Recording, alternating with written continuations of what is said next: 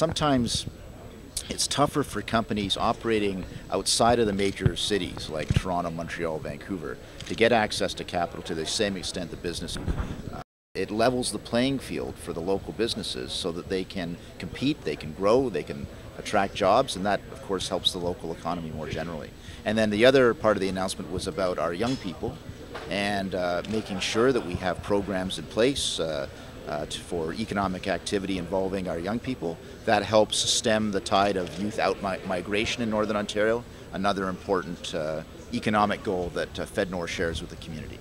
You know, Nickel Basin is one of many, first of all, it's one of 24 community futures development corporations here in Northern Ontario. So each one of these gets funded through FedNor.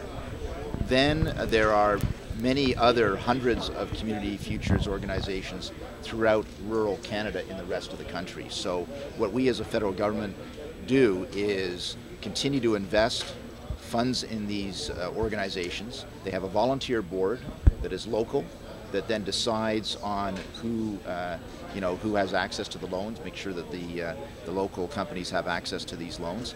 And then when the loans are repaid, we can then recycle the money again. And the statistics that I've seen indicate that every dollar that we invest in Nickel Basin and other community futures organizations gets reinvested 2.5 times to date.